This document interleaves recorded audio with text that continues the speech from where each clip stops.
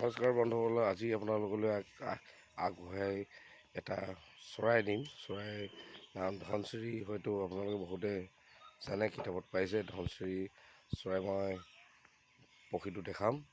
আজি বাৰীতে মই হঠাৎ পুৱাৰ ভাগত দেখিলোঁ, তাতে ভিডিঅ' কৰি ৰাখি সকলো চৰাইটোৰ বিষয়লৈ জনাম। যে ভিডিঅ'টো আপোনালোকক গতীয়াকৈ চৰাইটোৰ বিষয়লৈ ভিডিঅ'ৰ জৰিয়তে চব জানিবলৈ পাৰিব। আপোনালোকে সকলো ল'ৰা ছোৱালীক শিকাব আৰু আপোনালোকে সন্তানক কেতিয়াও কেপেটা দি কেপেটা গুটি বাটুল গুটি মাৰি পেলাবলৈ ক'ব চৰাইটো। কাৰণ কেলৈ এতিয়া তাৰ ধনচিৰি কাহিনীটো সম্পূৰ্ণ চৰাইটো দেখাই থাকিম, আপোনালোকৰ কাহিনীখিনি কৈ থাকিম। ইয়াৰ ভিডিঅ'সমূহ কিন্তু চাই থাকিব আৰু ল'ৰা ছোৱালীক ভালকৈ চৰাইটো দেখাব।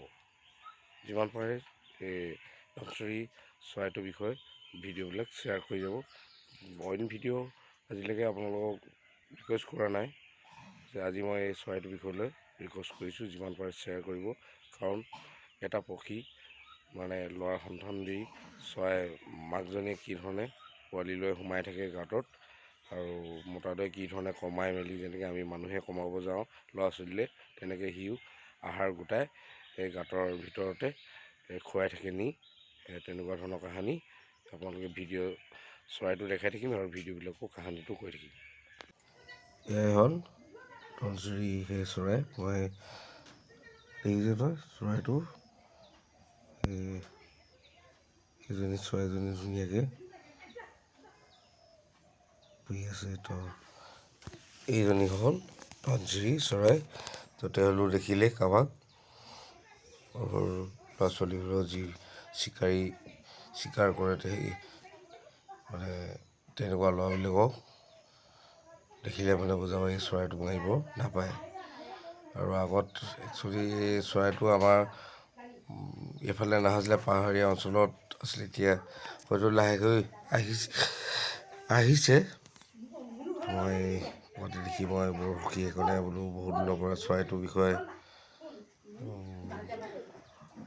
পুৰবী মানুহে কৈ থাকে। তো এতিয়া এইটো হ'ল মতা ধনচিৰি চৰাই।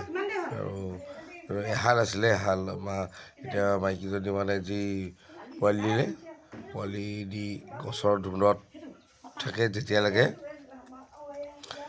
ডাঙৰ নহয়, উমনীয়া নহয়, তেতিয়ালৈকে মানে তেনেকৈ মানে বাপেকে নি আৰু মাকজনীক আৰু ল'ৰা ছোৱালীক নি এইবিলাক গুটিবিলাক কয়, সি মুখখন উলিয়াই দিব ঠোঁটৰ পৰা, সি বাহিৰে বাহিৰে খুৱাব, আকৌ ওলাই আহিব। তো তেনেকুৱা ধৰণৰ। আৰু এই মহাত্মা যেতিয়ালৈকে মানে যদি এই চৰাইটোক বাপেকক মাৰি দিয়ে, তো তাৰ সিহঁতি ওলাই নাহে। এটা হেৰি থাকে, অভিশাপ এনেকুৱা ধৰণৰ।